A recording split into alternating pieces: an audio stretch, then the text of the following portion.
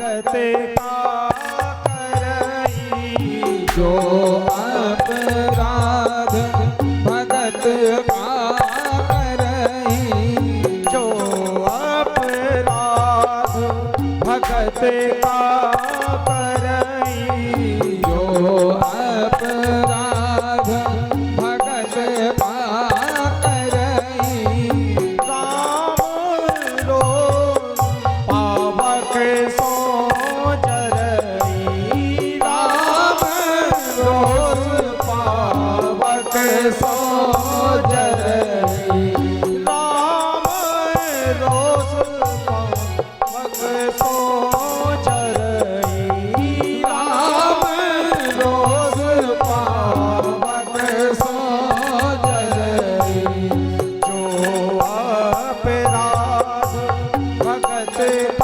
करई, जो अपराध भगत का करई, जो अपराध। तो जो अपराध भगत का करई, सो राम रोष पावक सो जरई। जो व्यक्ति भगवान के भक्त का अपराध करता है, ये समझ लो वो भगवान की क्रोध की अग्नि में अवश्य करके जलता है। भगवान उसे क्षमा नहीं करते। भगवान अपने प्रति तो किए गए अपराध को क्षमा कर देंगे। तुम भगवान को गाली दो, चाहे भगवान की पूजा करो चाहे ना करो, चाहे भगवान की बुराई करो, भगवान कभी क्रोध नहीं करेंगे। लेकिन यदि उनका कोई भक्त है और यदि उसका भक्त कुछ कर रहा है और तुम उसका अपमान करोगे, उसके किसी अच्छे काम को बिगाड़ोगे, तो फिर भगवान तुम्हें क्षमा नहीं करेंगे। फिर भगवान अपनी क्रोध की अग्नि में उसको समूल नष्ट कर देते। यहाँ माता भगवती को यह पता है कि भगवान के अपराधी हम ना बन जाएं, इसलिए उन्होंने भरत की रक्षा करी और उन दुष्टों का संहार कर दिया। श्री महात्मा भरत आगे गए, फिर पुनः भजन करने लग गए। अब जब महात्मा भरत फिर से पुनः वहां पर भजन कर रहे थे और उसी समय अंग देश का एक राजा जिसका नाम है राजा रहुगण, तो रहुगण जैसे ही वहां से अपने राज्य से और भगवान कपिल के आश्रम में जा रहा है गंगा सागर की तरफ, उनके आश्रम में ब्रह्म ज्ञान का उपदेश पाने के लिए पालकी में बैठा राजा रहुगण उसके कहार उसकी पालकी को लेकर के चले जा रहे हैं। रास्ते में एक कहार उसका सेवक बीमार पड़ गया। जैसे ही बीमार पड़ा, राजा रहुगण ने सेवकों से कहा, जाओ किसी की खोज करके लाओ जो हमारी पालकी को उठाए। सेवक जन खोजने निकले तो एक जगह इन्हें राजा रहुगण के सिपाहियों को महात्मा भरत दिखाई पड़े। तुरंत महात्मा भरत को पकड़ करके लाए और राजा रहुगण की पालकी का कहार बना दिया।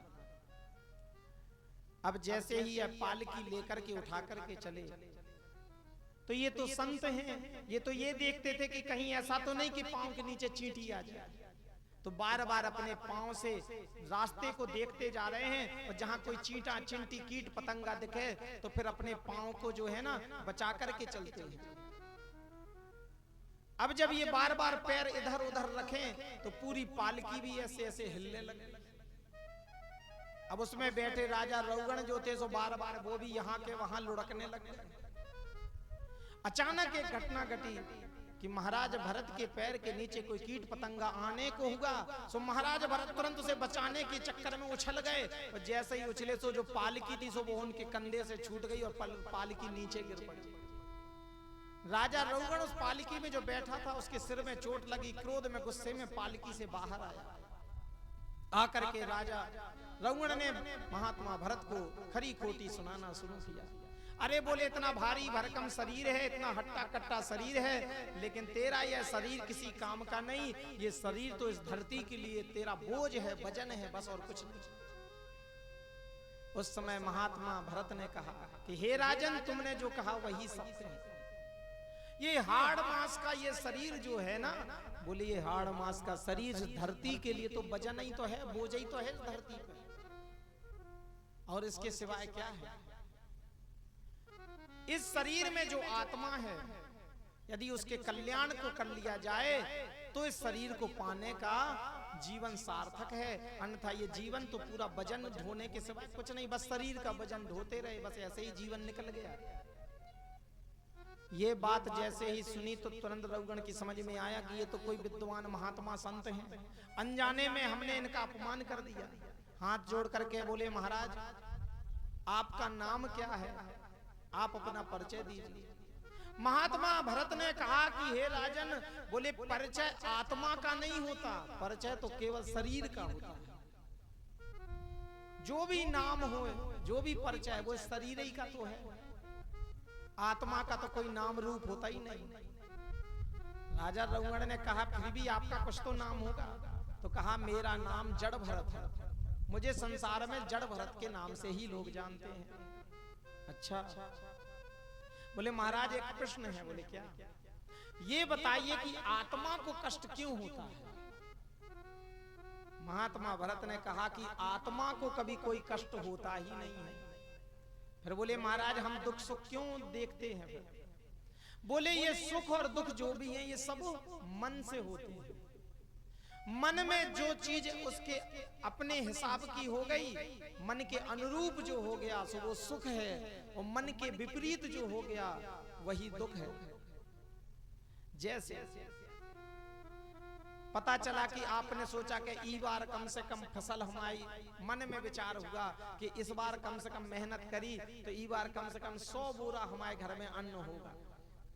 अब चूंकि मन में है कि 100 बोरा अन्न होगा, लेकिन पता चला कि 100 की जगह 50 ही मिले, तो मन क्या हो गया?